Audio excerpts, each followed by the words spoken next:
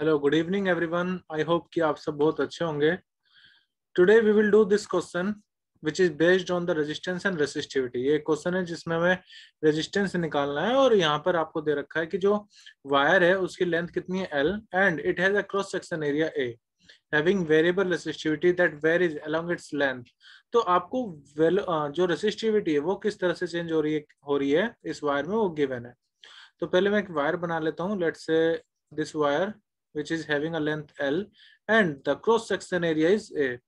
तो यहाँ पर जो रेसिस्टिविटी है it is given rho naught 1 plus alpha x upon L. यहाँ पर अल्फा क्या है, कांस्टेंट है। एक्स यहाँ पर डिस्टेंस है, लेट्स से ये आपका इस तरह से रखा हुआ है एक्स एक्सिस के लॉन्ग, ओके। और एल एल इसकी टोटल लेंथ है।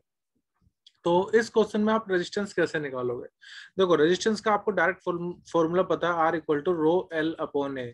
लेकिन ये फॉर्मूला हम तब इस्तेमाल करते हैं जब रेसिस्टिविटी आपकी कांस्टेंट हो, बट यहाँ तो रेसिस्टिविटी कांस्टेंट नहीं है।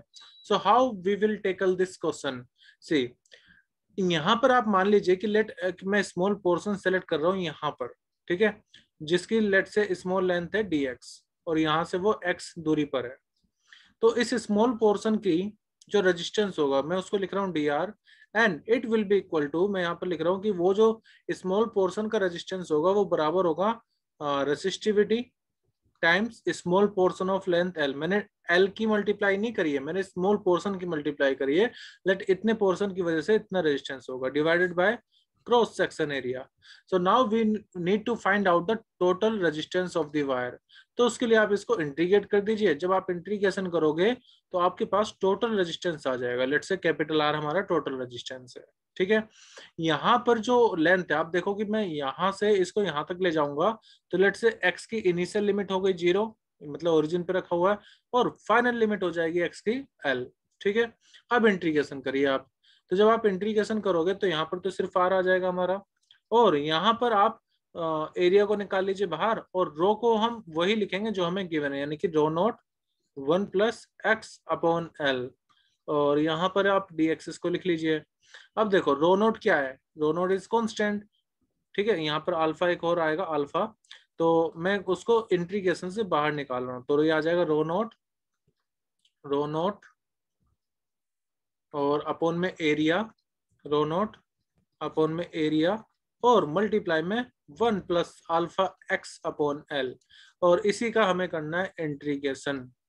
और हम जो लिमिट लेंगे 0 से एल लेंथ तक ले लेंगे। एक्स की जो लिमिट है let's say it is starting from origin point 0 और एल यहाँ पर लेंथ टोटल हो जाएगी।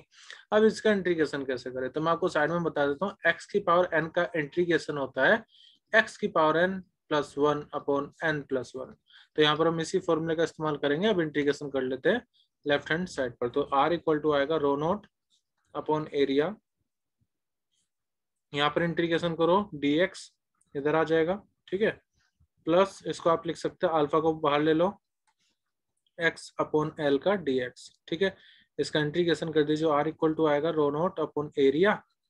यहाँ पर जब आप इंटीग्रेशन करोगे, मैं लिमिट बाद में लिख लूंगा, 0 से l है यहाँ पर, ठीक है। जब आप इंटीग्रेशन कर दोगे तो x आ जाएगा यहाँ पर ही प्लस अल्फा। देखो x 1 अपॉन एल को आप बाहर ले लो तो अंदर बचेगा x dx का इंटीग्रेशन आएगा एक्स स्क्वायर अपॉन 2, ठीक है, x की पावर n का इस्तेमाल करके। जैसे अगर आपको x का इंटीग्रेशन करना है तो ये आ जाएगा x की पावर 1 प्लस 1 अपॉन 1 प्लस 1, यानी कि एक्स स्क्वायर अपॉन 2, ठीक है। यहाँ पर पावर 1 कंसिडर कर सकते हैं। तो हमारे पास रेजिस्टेंस आ गया। अब आप x की बस वैल्यू पुट कर लीजिए 0 से l लेंथ तक की।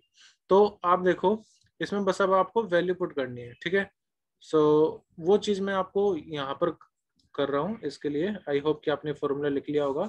सो I will do the latter part here. अब आपको बस final limit minus initial limit put करनी है। So I am writing resistance will be equal to R will be equal to rho naught upon area. देखो x की जगह पर कितना आ जाएगा l, प्लस यहाँ पर अल्फा अपॉन 2l है, और एक्स स्क्वायर की जगह पर कितना आ जाएगा l का स्क्वायर, ठीक है। ये तो हो गई upper limit minus lower limit, यानी x की वैल्यू 0, तो यहाँ पर भी 0 आ जाएगा और यहाँ पर भी 0 आ जाएगा। So we will get r equal to rho naught upon area, ठीक है, l प्लस एक l से एक l कैंसिल हो जाएगा, देखो एक एल यहाँ पर ऑलरेडी था, यहाँ पर एक्स स्क्वायर की वजह से एल स्क्वायर आ गया था, तो हमें कितना मिलेगा alpha L upon 2। So this will be our final resistance, यानी कि जो रेजिस्टेंस होगा it will be equal to rho naught upon A L plus alpha L upon 2। So I hope कि आपको समझ में आया होगा। अगर फिर भी आपको कोई डाउट है तो आप मुझे बता सकते हैं। टिल देन बाय एवरीवन, मिलते हैं नेक्स्ट वीडियो में।